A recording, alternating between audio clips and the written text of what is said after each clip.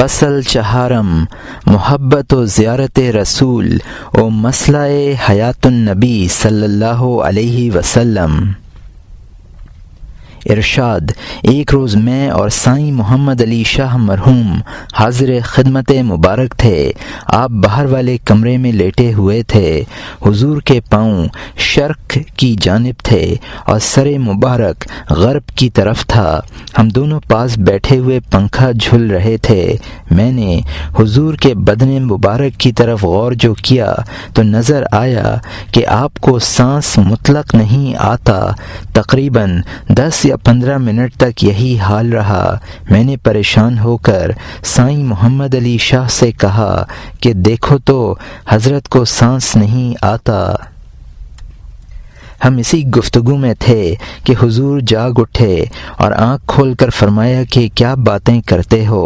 میں نے وہ واقعہ عرض کیا۔ آپ نے فرمایا ہاں، ہم مدینہ شریف گئے ہوئے تھے۔ میں نے دل میں خیال کیا کہ شاید آپ خواب میں مدینہ شریف تشریف لے گئے ہوں گے۔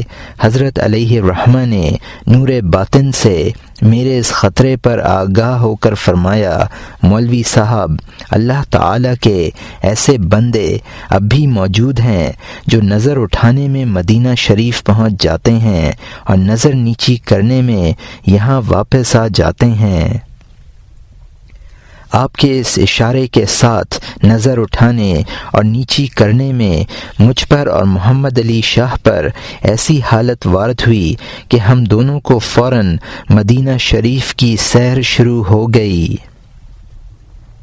نقل ہے کہ ایک روز حضور علیہ الرحمہ نے مولویوں کی دعوت کی اور نہایت عمدہ نفیس کھانے پکوا کر کھلائے، کیونکہ آن جناب کی عادت مبارک تھی اور حکم تھا کہ جب خدا کے واسطے کھانا کھلایا جائے تو عمدہ سے عمدہ کھانا کھلانا چاہیے تاکہ خدائے تعالیٰ کے حضور میں تحفہ کے قابل ہو سکے۔ اس دعوت میں تمام مولوی صاحب ہی تھے اور میں بھی شامل تھا۔ حضور کے دوسرے درویش باہم سرگوشیاں کرنے لگے کہ اس کی کیا وجہ کہ خصوصیت کے ساتھ مولویوں کی ہی ضیافت کی گئی اور دوسرے درویشوں کو اس میں شریک نہ کیا گیا۔ کتنے دن کے بعد ایک روز میں نے حضرت شاہ صاحب علیہ الرحمہ کی خدمت میں عرض کیا کہ اس میں کیا مصلحت تھی کہ حضور نے بالخصوص مولویوں کی ضیافت کی۔ فرمایا، ہمیں رسول اللہ صلی اللہ علیہ وسلم کی زیارت ہوئی۔ فرمایا، کبھی ہمیں بھی کھانا کھلا دیا کرو۔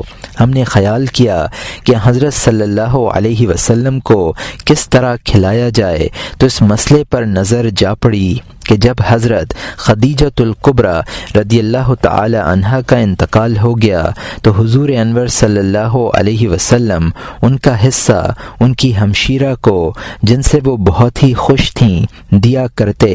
تو ہم نے خیال کیا کہ جس پر آپ خوش ہیں اسی کو دعوت کھلانی چاہیے۔ چونکہ رسول اللہ صلی اللہ علیہ وسلم کے جانشین اور آپ کا کام انجام دینے والے علماء ہیں، اس واسطے ہم نے آپ کی دعوت علماء کو کھلائی اور رسول اللہ صلی اللہ علیہ وسلم کی فاتحہ کہلا دی اور یہ سمجھا کہ ان کو کھلانا خاص رسول اللہ صلی اللہ علیہ وسلم کی ذات بابرکات کو کھلانا ہے، اور پہنچ تو یوں بھی جاتا اگر ہم دوسروں کو کھلا دیتے، مگر اس میں ہم نے زیادہ مصلحت یہ سمجھی کہ اس گروہ سے رسول اللہ صلی اللہ علیہ وسلم کو زیادہ پیار ہے تو انہی کو کھلانا چاہیے تاکہ آپ زیادہ خوش ہوں۔ یعنی آپ نے اس حدیث پر خیال کیا تھا، العلماء ورثۃ الانبیاء، یعنی عالم لوگ انبیاء علیہم السلام کے وارث ہیں۔ مؤلف ارشاد: ایک روز حضرت علیہ الرحمہ کے پاس کسی جگہ سے بہت سے پان آئے۔ آپ نے لانے والے کو فرمایا کہ ہمارے مولوی صاحب کو دے دو۔ وہ میرے پاس لے آیا، میں نے وہ پان لے لیے اور حضور علیہ الرحمہ کی خدمت میں گیا اور عرض کیا کہ حضور، آپ یہ پان نہیں کھاتے؟ فرمایا: ہم پہلے پان و تمباکو بکثرت کھایا کرتے تھے۔ ایک روز ہم نے درود شریف بہت پڑھا اور شب کو عالم رویا میں دیکھا کہ ایک عجیب باغ ہے اور اس میں ایک پختہ اور نہایت عمدہ چبوترا پر حضرت رسول اکرم صلی اللہ علیہ وسلم تشریف فرما ہیں۔ میں نے قدم بوسی حاصل کی اور مجھے حضور انور صلی اللہ علیہ وسلم نے سینہ مبارک سے لگا لیا، مگر منہ مبارک میری طرف سے موڑ کر دوسری طرف کر لیا۔ میں ڈر گیا اور بڑی عاجزی سے عرض کیا کہ حضور، مجھ سے کیا قصور ہوا؟ فرمایا کہ قصور تو کچھ نہیں ہوا، صرف تمہارے منہ سے تمباکو کی بدبو آتی ہے۔ اس روز سے ہم نے پان و تمباکو سب چھوڑ دیا اور نفرت ہو گئی۔ نقل ہے کہ ایک روز کوئی مولوی صاحب واعظ کہہ رہے تھے کہ انہوں نے حضرت صلی اللہ علیہ وسلم کی تنگی اور فاقہ کا مبالغہ کے ساتھ ذکر کیا اور کہا کہ ایک روز بہت تنگی تھی۔ رسول اللہ صلی اللہ علیہ وسلم نے کئی بار آدمیوں کو حکم دیا کہ دیکھو تو کوئی کچھ لایا ہے۔ لوگ دیکھ دیکھ کر کہتے رہے کہ کوئی نہیں آیا۔ حضور علیہ الرحمہ نے بھی اس کا بیان سنا۔ اس مولوی صاحب کو بلا کر فرمایا کہ حضور رسول اکرم صلی اللہ علیہ وسلم کا تم نے جو ایسا اضطراب بیان کیا ہے یہ اس طرح نہیں تھا۔ اس نے کہا میں نے تو کتابوں میں اسی طرح دیکھا ہے۔ فرمایا کہ بار بار آدمیوں سے فرماتے کہ دیکھو کوئی کچھ لایا ہے۔ یہ وجہ تھی کہ حضور صلی اللہ علیہ وسلم کے پاس وحی آئی تھی کہ آپ کے پاس کوئی شخص تحفہ لائے گا۔ حضور کو اس کا انتظار تھا، ورنہ وہ رسول اللہ صلی اللہ علیہ وسلم تھے، ان کو بندوں کی طرف متوجہ ہونے کی کیا ضرورت تھی؟ اور نبی علیہ السلام کبھی تنگ نہیں ہوا کرتے۔ ان کے ایسے حالات مجمع عام میں اس طرح نہیں سنایا کرتے، کیونکہ جو سنے گا اس کے دل میں طرح طرح کے خطرات و وساوس یعنی وسوسے کی جمع آئیں گے، اور اس صورت میں اندیشہ ہے کہ شاید کسی کے دل میں کوئی ایسا وسوسہ آئے جس میں اس کے ایمان کا خطرہ ہو۔ حضرت رسول اکرم صلی اللہ علیہ وسلم تنگ نہیں تھے۔ آپ نے کئی ہزار بکریاں خیرات فرمائیں، بہت سے اونٹ خیرات کیے، یہ بھی تو ذکر کیا ہوتا۔ بات یہ ہے کہ حضور صلی اللہ علیہ وسلم زمین و آسمان کے خزانوں کے مالک تھے، وہ تنگ نہیں تھے، مگر حضور صلی اللہ علیہ وسلم کی عادت مبارک یہ تھی کہ جو کچھ حضور صلی اللہ علیہ وسلم کے پاس آتا اس میں سے اپنے اہل بیت کا حصہ دے کر اور باقی سب مستحقین کے حصے تقسیم فرما کر جو اپنا حصہ ہوتا وہ مسکینوں محتاجوں کو اللہ کے واسطے دے دیا کرتے تھے اور کچھ نہ رکھتے تھے۔ ایسی تنگی و تکالیف کو ہر وقت نہ بیان کرنا چاہیے۔ یہ میرے مشاہدے کی بات ہے کہ ایک مجذوب حضرت صاحب علیہ الرحمہ کی خدمت مبارک میں حاضر ہوا اور کہا کہ حضور آج رات رسول اللہ صلی اللہ علیہ وسلم اور چاروں صحابہ کرام رضوان اللہ علیہم اجمعین آپ کے ہاں تشریف لائے تھے، اور جب سید المرسلین صلی اللہ علیہ وسلم واپس تشریف لے جا رہے تھے تو میں نے عرض کیا حضور میرا حصہ، تو حضور علیہ الصلاۃ والسلام نے آپ کا نام مبارک لے کر فرمایا کہ ان کے پاس جاؤ، کھانا کھا اور وہیں تیرا حصہ ہے، اور اب ہم وہیں سے آ رہے ہیں۔ اگر وہ رات والی بات درست ہے تو مجھ کو کھانا کھلا دیں۔ چونکہ وہ مجذوب کریہ المنظر تھا یعنی بدصورت تھا، میں نے اس کی طرف متوجہ ہو کر کچھ کہنے کا ارادہ کیا۔ فرمایا ہوں کبھی عام لوگوں کے لباس میں خاص لوگ بھی ہوتے ہیں۔ آپ نے اس کو کھانا کھلا کر کچھ فکر کیا ہی تھا کہ وہ بولا، بس حضرت جی میرا کام ہو گیا، پھر وہ چلا گیا۔ آپ نے فرمایا، یہ ٹھیک کہتا تھا، رات بے شک رسول اللہ صلی اللہ علیہ وسلم تشریف لائے تھے۔ مسئلہ حیات النبی صلی اللہ علیہ وسلم۔ ارشاد، ایک روز حیات و موت کے مسئلے میں گفتگو ہو رہی تھی۔ ایک شخص نے عرض کیا کہ حضور اکرم صلی اللہ علیہ وسلم کی نسبت عام مسئلہ ہے کہ حضور حیات ہیں، مگر ہم دیکھتے ہیں کہ حضور انور صلی اللہ علیہ وسلم کا وصال ہوا اور مدینہ منورہ میں مدفون ہیں۔ اگر حضور صلی اللہ علیہ وسلم واقعی حیات النبی ہیں تو اس حیات کی کہ کیا معنی ہیں؟ حضور علیہ الرحمہ نے فرمایا کہ بے شک حضرت نبی اکرم علیہ الصلاۃ والسلام حیات النبی ہیں۔ حیات کے یہ معنی ہیں کہ جیسے تصرفات و اختیارات حضرت نبی اکرم صلی اللہ علیہ وسلم سے بوقت حیات بدن مبارک سے جاری تھے، وہ اب روح مبارک سے بھی بدستور جاری ہیں۔ ایک روز کا ذکر ہے کہ ہم مدینہ منورہ پہنچے۔ حضور انور صلی اللہ علیہ وسلم گھوڑے پر سوار روضہ منورہ سے باہر تشریف لائے اور اپنے کپڑے مجھے دے کر اپنے گھوڑے کے آگے کر لیا۔ میں بتلاتا ہوں کہ یہ حضور صلی اللہ علیہ وسلم کا عاشق ہے۔ یہاں حضور کے دین کی بڑی ترقی ہوئی، ساتھ ساتھ چلا آیا، حتیٰ کہ حضور پرنور صلی اللہ علیہ وسلم سرہند شریف تشریف لائے۔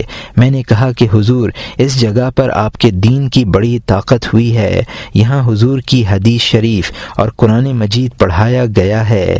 پھر جو خیال کیا تو دیکھا کہ حضرت مجدد صاحب رحمۃ اللہ علیہ کے روضہ شریف کی جگہ بہت ہی خوبصورت ایک بارہ دری بنی ہوئی ہے۔ حضرت صلی اللہ علیہ وسلم گھوڑے سے نیچے اترے اور گھوڑا مجھے پکڑا کر اس بارہ دری میں تشریف لے گئے۔ بڑی دیر تک اندر رہے، نہیں معلوم کیا اسرار کی باتیں باہم کیں۔ پھر باہر تشریف لائے اور سوار ہو کر مدینہ منورہ کی طرف چلے۔ میں مدینہ منورہ تک حضور صلی اللہ علیہ وسلم کے ساتھ رہا۔ معلوم ہوتا ہے کہ جس جگہ اور جس ملک میں ضرورت ہوتی ہے، حضور انور صلی اللہ علیہ وسلم وہاں روحی پرورش فرماتے ہیں، جیسا کہ حدیث شریف میں وارد ہے کہ جو شخص دل سے ہم پر درود بھیجتا ہے اس کو ہم کانوں سے سنتے ہیں، ورنہ فرشتے لا کر ہمارے حضور میں پیش کرتے ہیں۔ اور حدیث یہ بھی ظاہر ہے کہ جمعرات کی رات کو تمام امت کے درود اور اعمال حضرت رسول اکرم علیہ الصلاۃ والسلام کے حضور میں پیش ہوتے ہیں۔ ایسا بھی ہوتا ہے کہ رات کوئی شخص سونے لگا تو کچھ خیال اس کو نہیں تھا، اور صبح جب اٹھا تو محبت رسول کریم صلی اللہ علیہ وسلم کی بے حد اس کے دل میں موجزن ہوئی اور دین و سنت کی پیروی کو دل چاہنے لگا۔ یہ تمام روحی پرورش کے طریقے ہیں، اور اس طرح سے روح مبارک رسول اللہ صلی اللہ علیہ وسلم ہمیشہ اپنی امت کی پرورش فرماتی اور حیات النبی صلی اللہ علیہ وسلم کی صداقت کرتی ہے۔ پھر فرمایا، رسول اللہ صلی اللہ علیہ وسلم کے سینہ مبارک سے نور کی نہریں مشرق سے مغرب اور جنوب سے شمال تک ہر وقت جاری ہیں۔ یہی وجہ ہے کہ ہر زمانے میں مجدد اور اولیاء اللہ پیدا ہوتے رہتے ہیں، اور علماء امت قرآن و حدیث کے پڑھنے پڑھانے میں لگے ہوئے ہیں۔ یہ سب آپ کی روحی تربیت کا نتیجہ ہے، اور رسول اللہ صلی اللہ علیہ وسلم کی شان تو بہت ہی اعلیٰ ہے۔ آپ کی امت کے تمام اولیاء اللہ بھی زندہ ہیں، ان کی قبور اور ارواح سے قبروں میں فیض جاری ہے۔ پھر ارشاد فرمایا کہ رسول اللہ صلی اللہ علیہ وسلم خاتم النبیین ہیں، اور وہ جو حدیث شریف میں آیا ہے کہ حضور انور صلی اللہ علیہ وسلم نے فرمایا کہ میں اور قیامت اس طرح ہیں جیسے یہ دو انگلیاں ملی ہوئی ہیں، تو اس سے یہ مطلب ہے کہ حضور پر نور صلی اللہ علیہ وسلم کا دین قیامت تک جاری رہے گا، اور آپ کے دین اور قیامت کے درمیان اور کوئی دین حق پیدا نہ ہوگا۔ اس کی خاص وجہ یہ ہے کہ پہلے انبیاء علیہم السلام پر حقیقت محمدیہ صلی اللہ علیہ وسلم وارد ہوتی تھی، جس کے سبب سے ان کی نبوت اور ارشاد و ہدایت کا ظہور ہوتا تھا، اور جب ان کا وصال ہو جاتا تھا تو اس حقیقت محمدیہ صلی اللہ علیہ وسلم کا تعلق ان کے بدن سے ٹوٹ جاتا تھا، اور اس وجہ سے ان کے دین کو ان کے وصال کے بعد ان کی امتیں ہی بدل دیتی تھیں۔ اور چونکہ حقیقت محمدیہ صلی اللہ علیہ وسلم کا تعلق جس طرح ذات رسول اللہ صلی اللہ علیہ وسلم کے ساتھ حیات میں تھا، بعینہ وہی تعلق اب بعد وصال بھی بدن مبارک کے ساتھ ہے۔ یہی وجہ ہے کہ آپ کے دین کو کوئی نہیں بدل سکتا، اور جس طرح حضور پر نور صلی اللہ علیہ وسلم کی حیات میں آپ کے تصرفات جاری تھے ویسے ہی اب جاری ہیں، اور یہی معنی ہیں حیات النبی صلی اللہ علیہ وسلم ہونے کے۔ اسی وجہ سے غوث، ابدال، کتب، اوتاد وغیرہ رسول اللہ صلی اللہ علیہ وسلم کی امت میں ہوتے ہیں اور اب کسی دوسری امت میں نہیں ہوتے، کیونکہ ان سب کا تعلق اسی حقیقت محمدیہ صلی اللہ علیہ وسلم کے ساتھ ہو جاتا ہے، اور پرورش روح رسول اللہ صلی اللہ علیہ وسلم سے ان کی ہوتی ہے، اور پرورش روح رسول اللہ صلی اللہ علیہ وسلم سے ان کی ہوتی ہے۔ یہی وجہ ہے کہ ان سے بھی بطفیل حضرت رسول اللہ صلی اللہ علیہ وسلم وہی تصرفات جاری ہوتے ہیں، اور سوائے اسلام کے باقی دیگر تمام انبیاء علیہم السلام کی امتوں میں سے اولیاء اللہ، غوث، قطب وغیرہ کا سلسلہ منقطع ہو چکا ہے۔ اب یہ تمام مناصب صرف اسلام ہی میں ہیں، اور یہ سب حیات رسول کریم صلی اللہ علیہ وسلم کی برکت کے طفیل ہے۔ فصل پنجم، تصور اور صحبت شیخ۔ ارشاد: ایک روز تصور شیخ کا تذکرہ تھا۔ کسی نے کہا کہ تصور شیخ کو علماء نے شرک لکھا ہے۔ حضرت علیہ الرحمہ فرمانے لگے کہ پتھر کا بت ہو یا تصویر وغیرہ، وہ سب مصنوع انسان ہیں، اور ان کا تصور کرنا عین شرک اور بے حاصل ہے، مگر مرشد خاص خداوند تعالی کی صنعت ہے، اس کا تصور شرک نہیں ہو سکتا، کیونکہ ذات احدیت کی تجلی اس پر ہر وقت وارد ہوتی رہتی ہے، اور اس تصور کا خیال اسی طرح ہونا چاہیے کہ مرشد پر فیضان ذات احدیت سے آ رہا ہے، اور میرا قلب پیشوا کے قلب سے ملا ہوا ہے، اور پیشوا کے قلب سے مثل پر نالے کے میرے دل میں فیضان آتا ہے، اور اس طریقے سے فیض کی کشش کرے تو اس جذب سے کبھی مرشد کی صورت تمام بدن پر برقع کی طرح حلقہ کیے ہوئے ہوتی ہے، اور کبھی عین بدن کے اندر معلوم ہوتی ہے۔ بدن کے اوپر کا برقع جیسا احاطہ اچھا ہے، مگر عین بدن کے اندر جو صورت کا تصور ہو وہ بہت ہی بہتر اور عمدہ ہوتا ہے، اور اس کی مثال ایسی ہے جیسے کتا یا گدھا وغیرہ نمک کی کان میں گر کر پاک ہو جاتا ہے، اور حرمت اس کی باقی نہیں رہتی، حالانکہ یہ جانور قطعی حرام ہیں۔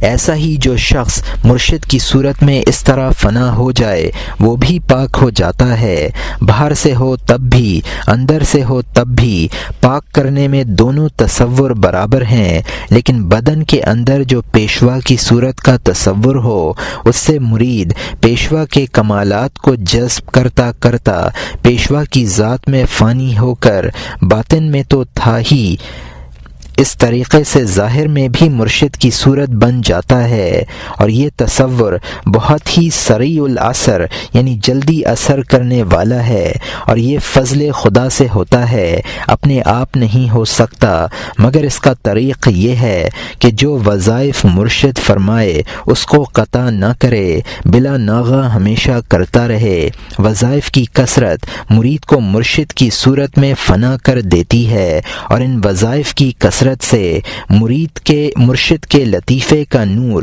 مرید میں برقعہ کی صورت میں باہر یا اندر آ جاتا ہے۔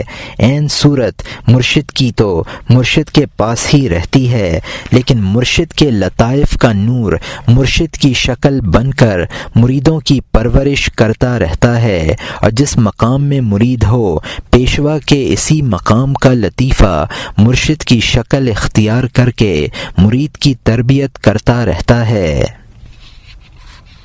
کسی نے عرض کی کہ حضور اکثر مرشد مریدوں کو خواب میں آ کر ہدایت کرتے ہیں یا توجہ وغیرہ دیتے ہیں، اس کا علم مرشد کو بھی ہوتا ہے یا نہیں؟ فرمایا کبھی مرشد کو علم ہوتا ہے اور کبھی نہیں ہوتا، کیونکہ اگر مرشد کا ارادہ ہوتا ہے تب تو علم ہوتا ہے، ورنہ مرشد کا لطیفہ خود مرشد کی صورت اختیار کر کے مرید کے لطائف وغیرہ کو توجہ یا ہدایت کیے جاتا ہے، اور مرشد کو علم بھی نہیں ہوتا۔ جیسا کہ کسی نے درخت لگایا اور وہ پرورش ہو گیا، اب وہ درخت لوگوں کو اپنا پھل وغیرہ آپ ہی دیے جاتا ہے، لگانے والے کو خبر بھی نہیں ہوتی، مگر اس میں اتنا ضرور ہے کہ مرشد کے ساتھ محبت کا واسطہ قائم ہو، اگر محبت کا واسطہ نہ ہو تو یہ بات نہیں رہتی، پھر مرید گر جاتا ہے، لیکن اگر محبت ہے اور مرید گر گیا تو مرشد کامل اس کو سنبھال لیتا ہے اور پھر اوپر چڑھا دیتا ہے، لیکن مرشد کو بھی اپنے وظائف اور عبادت کی پابندی لازم ہے۔ اگر مرشد اپنے وظائف و معمول چھوڑ دے تو مرید پر اس کا ضرور اثر پڑ جاتا ہے اور ان سے بھی معمول چھوٹ جاتے ہیں، اس واسطے مرشدوں کو اپنے معمول ضرور کرنے چاہیے تاکہ مریدوں سے بھی نہ چھوٹیں۔ اسی اثنا میں ایک فقیر حضرت صاحب علیہ الرحمہ کی خدمت میں آیا، بڑی دیر تک بیٹھا رہا، آپ نے محبت سے فرمایا اس کو کھانا کھلا دو۔ جب وہ کھانا کھانے چلا گیا تو فرمایا کہ اس کے بہت سے مرید ہیں، ان میں ہائے ہو، جوش و خروش اور وجد وغیرہ بہت کچھ ہوتا تھا اور بہت تڑپتے تھے، چونکہ یہ خود کامل ہی نہ تھا اور پھر معمول چھوڑ بیٹھا، اس واسطے اس کے مریدوں سے بھی معمول چھوٹ گئے اور کام ٹھنڈا پڑ گیا۔ اگر یہ کامل ہوتا تو اس کے معمول بھی نہ چھوٹتے اور مریدوں کو ترقی ہوتی رہتی۔ پھر فرمایا پہلے فقیر آپ کامل ہو جائے اور پیشوا کی اجازت ہو تو تب نام بتلانا شروع کرے، پھر اللہ تعالی فضل کرتا ہے۔ ایسا ہی ایک دفعہ خاص میرے ساتھ ہوا کہ میں نے ایک روز تہجد کی نماز نہ پڑھی۔ صبح کو میرا ایک درویش کہنے لگا کہ حضرت رات شاید جناب سے بوجہ تکان کے تہجد نہیں پڑھی گئی۔ میں نے پوچھا کہ تجھ کو کیوں کر معلوم ہوا؟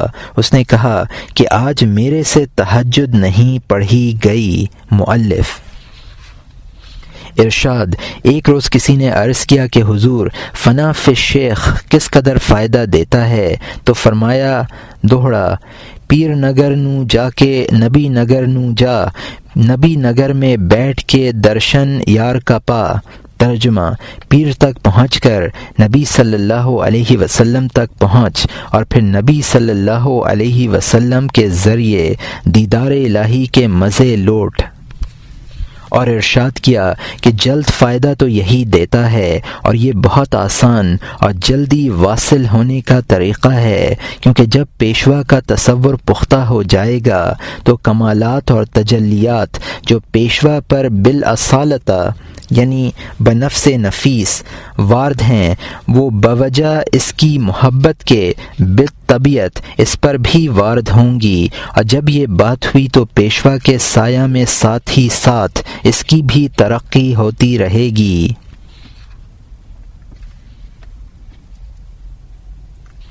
پھر پھر فرمایا تصور ہر چیز کا اس چیز کے اصل کی طرف پہنچا دیتا ہے، بس جب تصور اچھی طرح سے پختہ ہو جاتا ہے تو پیشوا کے سینے سے حذف کمالات کرنے لگتا ہے، یعنی حذف ہٹا دینا یا بدل دینا، یعنی اپنے احوال کو پیشوا کے کمالات سے بدل دینا۔ اور تصور کی اصل یہ ہے کہ تصور کو یہاں تک پکائے کہ تمام حرکات و سکنات، نشست و برخاست، غرض ہر فعل میں پیشوا کی ادائیں آ جائیں اور آخر کار پیشوا کی صورت کا مشابہ ہو جائے روحانی اور جسمانی طور پر۔ اسی سے پھر آگے کا راستہ کھل جاتا ہے۔ ارشاد: میں اکثر حضرت شاہ لکھی صاحب رحمۃ اللہ علیہ کی قبر پر بیٹھ کر فیض لیا کرتا تھا۔ ایک روز حضرت صاحب علیہ الرحمہ نے فرمایا کہ تم ہماری توجہ میں بیٹھا کرو، وصل کے واسطے یہ بہت اچھا ہے۔ میں نے عرض کیا کہ حضور اس کی کیا وجہ ہے؟ وہاں سے بھی تو فیض ہوتا ہے۔ فرمایا کہ وہاں ہوتا ہے مگر نہ اس قدر کہ جتنا زندہ سے ہوتا ہے۔ میں نے عرض کیا کہ اس کی کیا وجہ ہے؟ فرمایا کہ فوت شدہ اولیاء اللہ میں نفس نہیں ہوتا، اس واسطے فیض لینے والے کو اپنی طاقت سے کھینچ کر فیض لینا پڑتا ہے۔ اور صاحب ارشاد کی صحبت میں بہت فائدہ ہے کیونکہ اس میں نفس ہے، اور اس نفس کی عجیب خاصیت ہے، جب یہ برائی میں کوئی کسر باقی نہیں رکھتا، ویسے ہی جب یہ قابو میں آ جائے اور مطمئن ہو جائے تو کام بھی بڑے اچھے کرتا ہے۔ جب یہ نفس منور اور پورا مطیع ہو جاتا ہے تو کسی وقت ایسا پیچ لگاتا ہے کہ برسوں کی محنت سے بوجہ محبت کے ایک دم میں مرید کو چھڑا دیتا ہے اور مرید کو اعلیٰ مرتبہ پر چڑھا دیتا ہے۔ یہ توجہ لینا بہت ہی قریب راستہ وصل کا ہے، اس سے اور کوئی قریب زیادہ نہیں۔ نفس سیدھا ہوا بڑے عمدہ کام کرتا ہے۔ فوت شدہ اولیاء اللہ کی قبر سے ابتدا میں فیض لینا کچھ فائدہ نہیں دیتا۔ پہلے چاہیے کہ زندہ صاحب ارشاد سے بیعت ہو کر فیض لینے کی اٹکل سیکھے، پھر اگر قبور سے فیض لے تو ترقی ہو سکتی ہے، ورنہ دیکھ لو قبور پر جو مجاور بیٹھے رہتے ہیں کسی کو فیض کی خبر ہی نہیں، اور سب سے زیادہ ان کو ہی فیض ہونا چاہیے تھا کیونکہ ہر وقت یہ ان کے پاس رہتے ہیں، اور زندہ اولیاء اللہ کے پاس اگر یوں ہی بیٹھ جاؤ چاہے متوجہ بھی نہ ہو، نہ فیض کھینچو، تاہم بلا ارادہ فیض پڑتا رہتا ہے۔ ان کی صحبت اور قبور میں بڑا فرق ہے۔ ہاں، اولیاء اللہ کی قبر پر قبولیت دعا بہت جلد ہوتی ہے، اور اگر صاحب ارشاد سے بیعت ہو کر فیضان حاصل کرنے کی ترکیب سیکھ کر پھر قبور اولیاء اللہ سے فیض لے تو پھر سبحان اللہ بہت جلدی ترقی کر سکتا ہے۔ پھر تصرفات قبور کے متعلق فرمانے لگے کہ ایک شخص بہت تنگ دست تھا، وہ کسی اولیاء اللہ کی قبر پر جھاڑو دینے لگا اور ترقی رزق کے واسطے دعا کیا کرتا تھا۔ جب قبر کا کوڑا کرکٹ باہر ڈالا کرتا تو اس میں سے روپیہ یا 8 آنے اس کو مل جایا کرتے تھے۔ قبور سے اکثر ایسا ہو جایا کرتا ہے کیونکہ وہ بھی زندہ ہی ہوتے ہیں، مگر نفس والے اولیاء اللہ کی طرح زندہ نہیں ہوتے۔ کیا وجہ؟ کہ قبور میں اولیاء اللہ کو ہر وقت وصل ذات الہی کا ہوتا رہتا ہے، اس طرف ارشاد کی متوجہی کم ہوتی ہے، اور جو زندہ صاحب ارشاد ہیں ان کو ارشاد کی طرف زیادہ متوجہی ہوتی ہے، اس واسطے کہ ان کو یہ خدمت سپرد ہے۔ باقی اور تصرفات قبور اولیاء اللہ سے دل سے بہت جاری ہوتے رہتے ہیں۔ فصل ششم، اخلاص، استقامت، وجد و حال۔ ارشاد، ایک روز فرمانے لگے کہ فقر و درویشی کو بیچنا نہیں چاہیے۔ لوگوں نے عرض کیا حضور وہ کس طرح؟ فرمایا کہ بزرگوں اور پیشواؤں کے نام لے کر لوگوں سے مانگنا اور یہ ظاہر کرنا کہ میں فقیر ہوں، مجھے کچھ دو، یہی فقر کا بیچنا کہلاتا ہے۔ اس پر یہ نقل بیان فرمائی۔ وَهُوَ هَذَا، نقل ہے کہ ایک دفعہ حضرت ابراہیم بن ادہم بلخی رحمۃ اللہ علیہ کسی باغ میں تشریف لے گئے اور باغبان سے کہا کہ یہ جوتی لے کر ہم کو انگور دے دے۔ وہ جوتی ٹوٹی ہوئی بوسیدہ تھی۔ اس نے کہا کہ یہ کسی کام کی نہیں، اس کے عوض انگور نہیں ملتے۔ آپ تشریف لے گئے۔ بعد ان کے تشریف لے جانے کے لوگوں کی زبانی اس کو معلوم ہوا کہ یہ حضرت ابراہیم بن ادہم رحمۃ اللہ علیہ ہیں۔ وہ بہت سے انگور لے کر دوڑا اور کہا کہ حضور مجھے کچھ خبر نہ تھی کہ آپ سلطان ابراہیم ہیں، جنہوں نے سلطنت چھوڑ کر فقیری حاصل کی ہے۔ میری کیا مجال جو آپ جیسے بزرگوں کے سامنے انکار کروں، یہ لیجئے حاضر ہیں۔ تو آن جناب نے فرمایا کہ اب ہم اس فقیری کو بیچتے نہیں، اس کو بڑی مشکل سے سلطنت کے عوض لیا ہے۔ ایسی سستی قیمت پر ہم سے یہ اتنی بڑی نعمت نہیں بیچی جاتی۔ ہماری فقیری کی بڑی قیمت ہے۔ تیرے انگوروں کا مول ہمارے نزدیک وہ جوتی ہی تھی، جب تو نے وہ نہ لی تو اب فقیری دے کر ہم سے یہ انگور نہیں لیے جاتے، اور آخر وہ انگور نہ لیے۔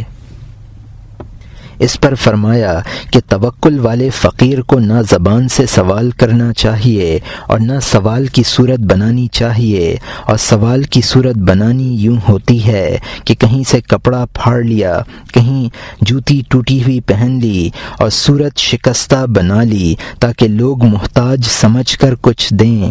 یہ سب توکل کے خلاف ہے، اور فقیری نہ بیچے بلکہ اپنے آپ کو چھپائے رکھے تاکہ کسی پر فقیر کا راز ظاہر نہ ہو۔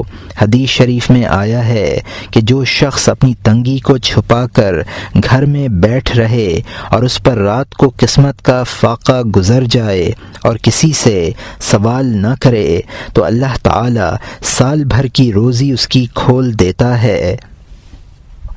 بے فکر اور بغیر کسی کام کے اللہ تعالی اس کو روزی پہنچا دیتا ہے۔ یہ حدیث حسن حسین میں ہے۔ مؤلف ارشاد، ایک روز کسی نے حضور علیہ الرحمہ سے دریافت کیا کہ حضور نماز میں اخلاص کیا چیز ہے؟ اس پر ارشاد ہوا کہ رسول اللہ صلی اللہ علیہ وسلم نے فرمایا کہ اخلاص کے معنی یہ ہیں کہ نماز میں یہ خیال رکھو کہ اللہ تعالی ہم کو دیکھ رہے ہیں۔ اگر یہ نہ ہو تو اتنا ضرور خیال رکھو کہ اللہ تعالی ہمیں دیکھ رہا ہے۔ پھر اس نے عرض کیا کہ حضور یہ بات کس طرح میسر ہوتی ہے؟ فرمایا یہ بات اللہ تعالی کی حضوری سے میسر ہوتی ہے، کیونکہ جب اللہ تعالی کی حضوری ہوگی اور یہ خیال پک جائے گا کہ میں اللہ تعالی کو دیکھ رہا ہوں یا اللہ تعالی مجھے دیکھ رہا ہے، تو اللہ تعالی کی ہیبت دل میں وارد ہوگی، اور اسی ہیبت کا نتیجہ ہے خشوع اور خضوع۔ خشوع اور خضوع کے یہ معنی ہیں کہ بندہ اپنے مولا کو اس طرح سجدہ کرے جیسے کوئی مجرم عاجز و لاچار ہو کر اور اپنی عزت و شوقت اور شخصیت و وجاہت کو ہیچ اور لا شے سمجھ کر اپنے آقا کے پاؤں پر گرتا ہے اور نہایت عاجزی اور زاری کے ساتھ اپنے جرم معاف کراتا ہے۔ اسی طرح بندہ اپنے مولائے حقیقی کے سامنے سجدہ کرے اور اپنے گزشتہ گناہوں پر نادم و پریشان ہو کر معافی کا خواستگار ہو۔ جب اس طرح کا خشوع اور ایسی حضوری میسر ہو جائے گی تو نماز میں اخلاص خود بخود متحقق ہو جائے گا، اور اصل ان سب باتوں کی یہ ہے کہ ارکان اسلام میں سے جو پہلا رکن ہے یعنی کلمہ طیبہ، اگر اسی کو رسول اللہ صلی اللہ علیہ وسلم کی سنت کے موافق، یعنی جس طرح کہ رسول کریم صلی اللہ علیہ وسلم نے غار حرا میں 6 سال تک اسی کو پڑھا اور پکایا تھا اسی طرح پکایا جائے تو ایک اسی کلمہ شریف کے پک جانے سے از فرش تا عرش کشف ہو جائے گا اور اس کی حقیقت بندہ کے سینے میں وارد ہو کر ڈیرا ڈال دے گی اور اپنا گھر بنا لے گی۔ اس کے بعد نماز، روزہ، حج، زکوٰۃ، قرآن شریف کی تلاوت، کلمہ شریف و درود شریف، غرض بندہ جو عبادت و طاعت بجا لائے گا اور جو کلام پڑھے گا اس کی حقیقت بندہ کے دل میں وارد ہو کر خود بخود حضوری پیدا کر دے گی، اور جب ہر کلام اور عبادت و طاعت کی حقیقت مثلا نماز کی حقیقت، قرآن شریف کی حقیقت وغیرہ وغیرہ وارد ہونے لگیں گے تو چونکہ یہ حقیقتیں حقائق الہیہ میں سے ہیں تو جس قدر یہ حقیقتیں زیادہ وارد ہوں گی اسی قدر قرب الہی زیادہ ہوگا اور تجلیات ذاتیہ کا ورود شروع ہو جائے گا اور ان تجلیات میں سیر ہونے لگے گی۔ پھر بندہ خیال کرے یا نہ کرے جب نماز پڑھنے کھڑا ہوگا یا کوئی اور عبادت و طاعت کرے گا یا کوئی کلام پڑھے گا تو ساتھ ہی اس کی حقیقت وارد ہو جائے گی اور تجلیات کی سیر ہوگی، پھر خود بخود حضوری اور خشوع و خضوع حاصل ہو جائے گا، اور جب یہ حاصل ہو جائے تو پھر اخلاص بھی بغیر کسی تکلف کے خود بخود پیدا ہو جائے گا۔ ارشاد، ایک روز ارشاد فرمایا کہ آدمی کو خدا تعالی کے ساتھ اس طرح رشتہ محبت قائم کرنا چاہیے جیسا کہ ایک بڑھیا چرخے والی نے کہا تھا۔ لوگوں نے عرض کیا حضور وہ کس طرح؟ فرمایا کہ مدینہ منورہ کے پاس کسی گاؤں میں ایک بڑھیا چرخہ کاٹ کر گزارا کیا کرتی تھی اور وہ کلمہ طیبہ کو ہر وقت اس طرح پڑھتی کہ چرخہ ہلاتے ہوئے لا الہ الا اللہ اور تار ڈالتے وقت محمد الرسول اللہ کہتی۔ اس طرح وہ 30 برس تک کرتی رہی، حتیٰ کہ اس کے ذکر سے اللہ تعالی راضی ہوا اور حکم دیا کہ جو شخص اس بڑھیا سے کلمہ شریف سیکھے یا اس کو محبت سے دیکھے وہ بہشتی ہے۔ شیاطین کو اس حکم کے ہونے سے بڑا افسوس اور حسد ہوا اور کہا کہ اگر یہ عورت اسی طرح ذاکر رہے تو بے شمار خلقت جنتی ہو جائے گی، کسی طرح اس کو ایمان اور مرتبہ سے گرانا چاہیے۔ اور تجویز کر کے ایک شیطان کو کہا کہ تو نے پہلے فلاں درویش کو بھی ایمان سے خالی کیا تھا، اس کو بھی تو ہی گرا کیونکہ تو بہت بڑا تجربہ کار ہے۔ اور وہ بہت عمدہ صورت بنا کر بڑھیا کے پاس گیا اور جا کر بیٹھ گیا کہ فرصت ہو تو کچھ کہوں، مگر اس کو اپنے خیال و ذکر سے ایک لمحہ بھی فرصت نہ ہوئی۔ 2 روز تک وہ موقع دیکھتا رہا مگر جب بالکل موقع نہ ملا تو آخر تنگ ہو کر اس نے خود ہی اس بڑھیا سے کہا کہ کسی شخص کو 1 دفعہ یا 2 دفعہ حد 5-7 دفعہ بلایا جائے تو وہ بول پڑتا ہے اور جواب دیتا ہے۔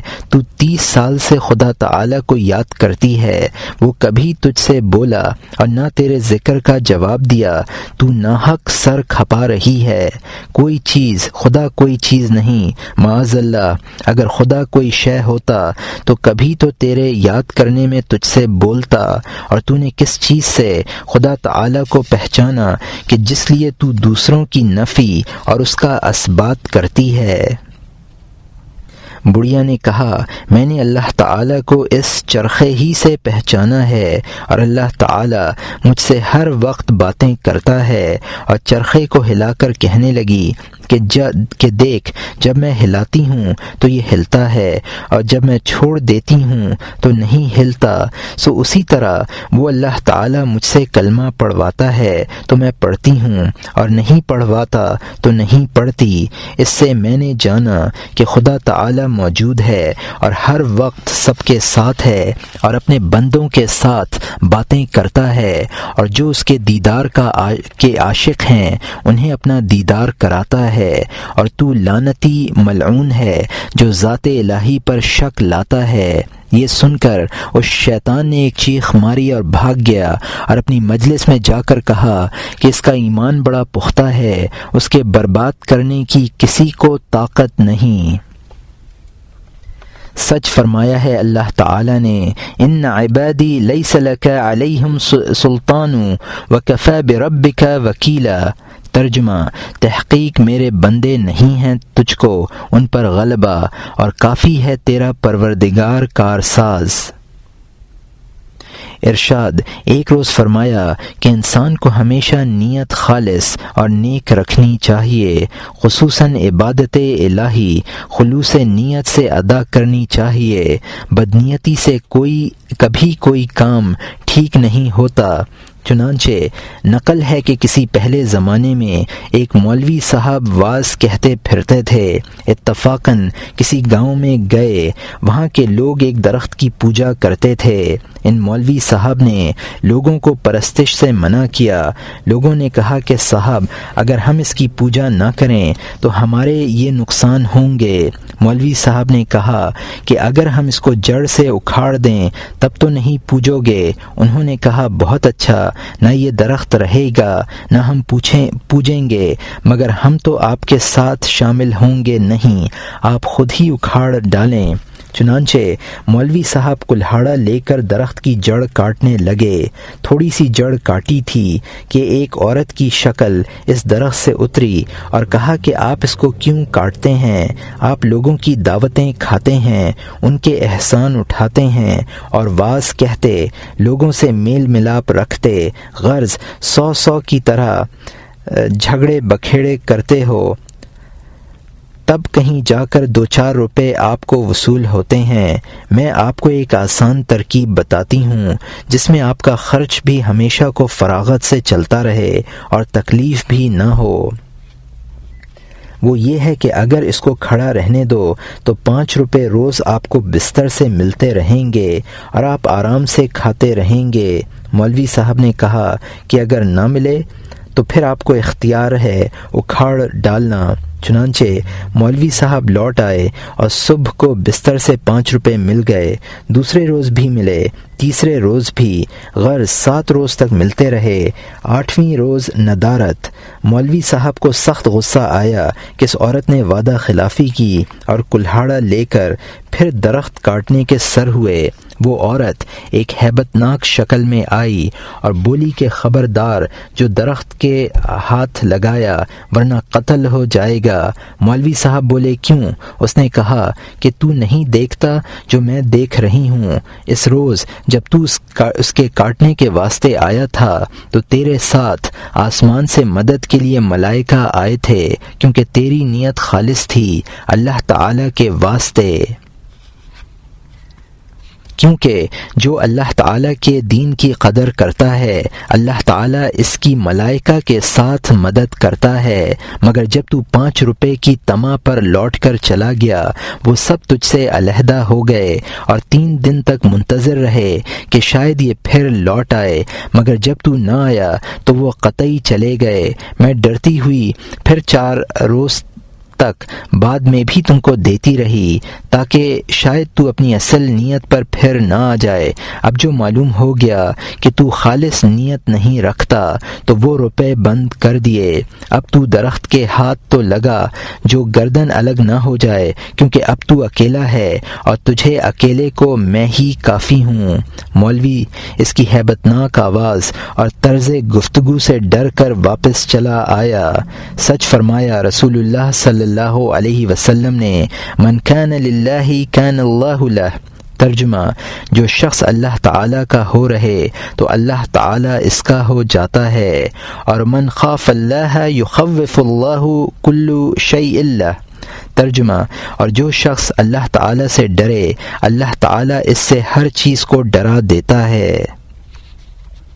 ارشاد ایک روز ارشاد فرمایا کہ فقیر سے جس قدر مداومت اور استقلال کے ساتھ ذکر و شغل ہو سکے اتنا ہی کرے، بغیر حکم مرشد کے زیادتی اور کثرت پر متوجہ نہ ہو، کیونکہ کبھی کبھی یہ زیادتی نفس کے خطرے کی وجہ سے ہوتی ہے اور شیطان و نفس دانستہ ذاکر کو زیادتی ذکر عبادت میں مشغول کر دیتی ہے اور لذت و مزہ ذاکر کو دکھلا کر اور بکثرت ذکر و عبادت کرا کر اس کے بدن کو توڑ ڈال دیتی ہے، تاکہ پھر اس میں طاقت نہ رہے اور یک لخت تمام طاعت و عبادت و ذکر ایسا چھوٹے کہ پھر طبیعت ہرگز متوجہ نہ ہو۔ اس کی مثال ایسی ہے کہ ذاکر کو مرشد کا ایک تسبیح سبحان اللہ ہمیشہ کرنے کا حکم ہے، اگر ہمیشہ 2-3 سال تک اسی تسبیح کا معمول پختہ اور مستقل ہو جائے تو اسی میں اس کو فنا ہو جائے گی۔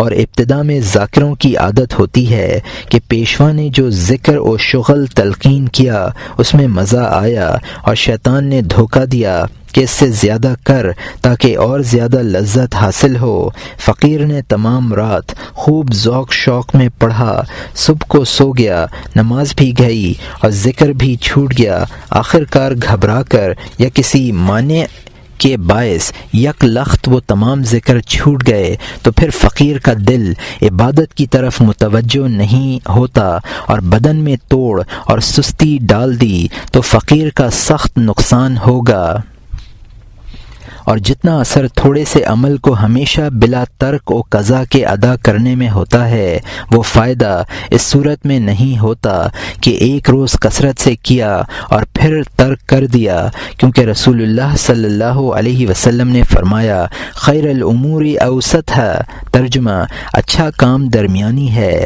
فقیر کو لازم ہے کہ ہمیشہ اپنے مرشد کامل کے حکم اور ان کے تلقین کیے ہوئے اوراد کو اسی طرح بجا لاتا رہے جس طرح ارشاد ہو، اس میں کمی زیادتی کا اختیار نہ رکھے، اور فقیر و درویش کامل کی محبت و خدمت میں کوئی دنیاوی امید نہ رکھے، بلکہ ذات محبت سے ملنے کی تمنا کے خیال میں پیر کی اطاعت کرے، تب اس کے کام سب آسان ہو جاتے ہیں۔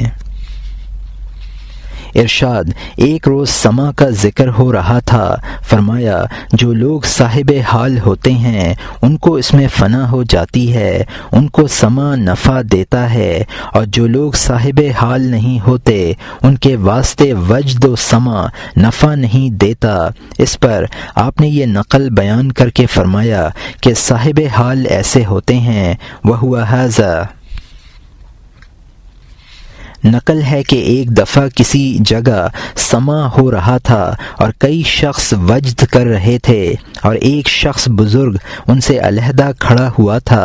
کسی نے اسے پوچھا کہ کیوں صاحب، یہ سب کے سب جو وجد کر رہے ہیں صاحب حال ہیں؟ اس نے کہا کہ ان میں تو مجھے صاحب حال ایک بھی معلوم نہیں ہوتا، ہاں البتہ جو جوہر کے کنارے پر درخت پکڑے سفید اور عمدہ لباس پہنے کھڑا ہے وہ بے شک صاحب حال ہے۔ اس نے کہا کیوں کر معلوم ہو؟ کہا جا کر دیکھ لو، اس طور پر کہ اس کو جوہر میں ڈال دو۔ چنانچہ اس نے ایسا ہی کیا کہ جوہر کے کنارے پر اس درخت کے پاس جو کیچڑ تھی اس میں ڈال دیا۔ وہ شخص کچھ نہ بولا نہ ہائے وائے کی، اور اپنی اسی سکرت اور لذت و محویت میں اٹھا اور پھر درخت کو پکڑ کر کھڑا ہو گیا۔ دوسری دفعہ اس نے پھر اس کو کیچڑ میں ڈالا، وہ پھر بھی وہیں اٹھ کر وہیں درخت کو پکڑ کے جا کھڑا ہوا۔ تیسری مرتبہ بھی ایسا ہی کیا، وہ پھر بھی چلا آیا اور درخت کو پکڑ کر بدستور کھڑا ہو گیا، مگر اس کو کچھ نہ کہا اور نہ بولا۔ جب قوالی و سما موقوف ہو گیا تو کہا کہ میرے کپڑے کیچڑ میں کس طرح بھر گئے؟ لوگوں نے کہا کیا آپ کو اس کی خبر نہیں؟ انہوں نے کہا مجھے مطلق خبر نہیں۔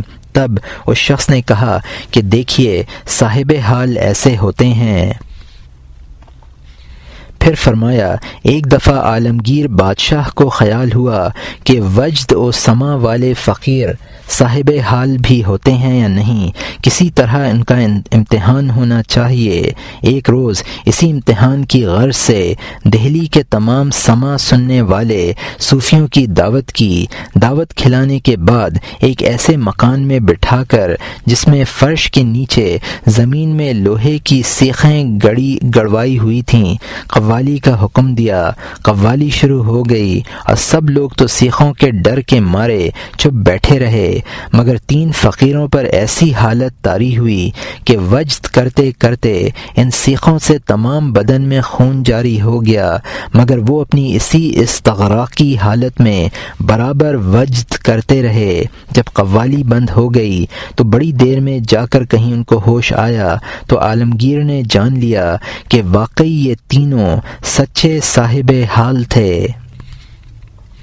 پھر فرمایا ایک دفعہ حضرت خواجہ بہاؤالدین نقش بند رحمۃ اللہ علیہ سے لوگوں نے اسی مسئلے کے بارے میں عرض کیا تو حضرت علیہ الرحمہ نے فرمایا نہ اقرار می کنم نہ انکار می کنم، نہ تو میں اقرار کرتا ہوں اور نہ ہی انکار۔ سما اہل کو بہت نفع دیتا ہے اور جو اس کے اہل نہیں یا ایسے صوفیاء کرام ہیں کہ ان میں ذوق ہی اس کا نہیں دیا گیا تو ان کو اس سے کچھ نفع نہیں ہوتا بلکہ پرہیز بہتر ہے۔ فصل ہفتم، تواضع، ایثار، تسہیل حصول مراتب۔ میرا مشاہدہ ہے کہ حضور علیہ الرحمہ کی خانقاہ میں جب اول مدرسہ جاری ہوا تو ایک خیمہ ہم سب درویشوں نے مل کر کھڑا کر دیا کہ طلبہ اس میں دھوپ وغیرہ سے آرام میں رہیں گے۔ حضور علیہ الرحمہ نے باہر نکل کر دیکھا تو فرمانے لگے کہ یہ فخر اور بڑائی کی باتیں اللہ تعالیٰ کو نہیں بھاتیں، ہم فقیر لوگ ہیں، دھوپ سے بیری کے سایہ میں بھی بیٹھ کر پڑھ سکتے ہیں، یہ کوٹھوں اور مکانوں سے بھی اونچا کھڑا ہوا خدا تعالی کو پسند نہیں۔ یہ فرما کر حضور حجرے کے اندر تشریف لے گئے۔ تھوڑی دیر نہیں گزری تھی کہ نہ ہوا نہ آندھی اور خیمہ خود بخود اڑ کر دور جا پڑا۔ ہم سب حیران رہ گئے۔ میں حضور کے پاس حجرے میں گیا تو فرمانے لگے یہ طوفان کس نے کھڑا کیا تھا؟ میں نے عرض کیا حضور یوں ہی طالب علموں نے بے فائدہ فطور برپا کر دیا، ضرورت تو کچھ بھی نہیں تھی۔ مسکرا کر فرمایا تبھی تو اڑ بھی گیا۔ ارشاد، ایک روز ارشاد فرمایا کہ ایک دفعہ ہماری طبیعت میں بڑی وحشت ہوئی اور لوگوں کی صحبت سے نفرت سی ہو گئی۔ ہم نے حجرہ کا دروازہ بند کر کے گوشہ نشینی اختیار کی اور دعا کی کہ الہی مجھے تنہائی عطا فرما۔ اس تنہائی کے اندر عالم سکرت میں ہم کیا دیکھتے ہیں کہ جوک در جوک لوگ کوٹھے وغیرہ کو پھاند کر ہمارے حجرے میں چلے آتے ہیں۔ معلوم ہوا کہ خداوند تعالی کو ہماری تنہائی منظور نہیں، امت مصطفیٰ صلی اللہ علیہ وسلم کو ہم سے فیض پہنچانا ہے۔ چنانچہ پھر ہم نے لوگوں کی تلقین کے واسطے وقت نکال دیے۔ مجھ مؤلف کتاب ھذا کا ذاتی مشاہدہ ہے کہ حضور کے پاس ہجوم خلقت بہت ہی رہتا تھا، اور جب حضور کے پاس لوگ بہت ہی بیعت کے واسطے آتے تو حضور فرمایا کرتے کہ یہ لوگ اچھے ہیں، نماز پڑھتے اور نیک کام کرتے ہیں، پھر علم والے بھی ہیں، پڑھے ہوئے بھی ہیں، سمجھدار بھی ہیں، یہ ہم سے اچھے ہیں پھر بھی ہمارے پاس آتے ہیں۔ میں ایک بے علم مسکین بندہ ہوں، صرف درود شریف پڑھتا ہوں، تم کسی مولوی صاحب اور پڑھے ہوئے شخص سے بیعت ہو۔ مگر جب وہ نہیں مانتے تھے تو ہنس کر فرمایا کرتے تھے کہ خداوندہ تو ہی ان کو میرے پاس بھیجتا ہے، ورنہ مجھ مسکین کے پاس کون آتا ہے؟ اے اللہ تو ہی ان کو اپنی رحمت کے ظل میں رکھنا اور ان کی حفاظت کرنا۔ میں تیرے ہی بھروسے پر انہیں تیرا نام بتاتا ہوں اور تیرے ہی حوالے کرتا ہوں، یہ فرما کر بیعت لیا کرتے۔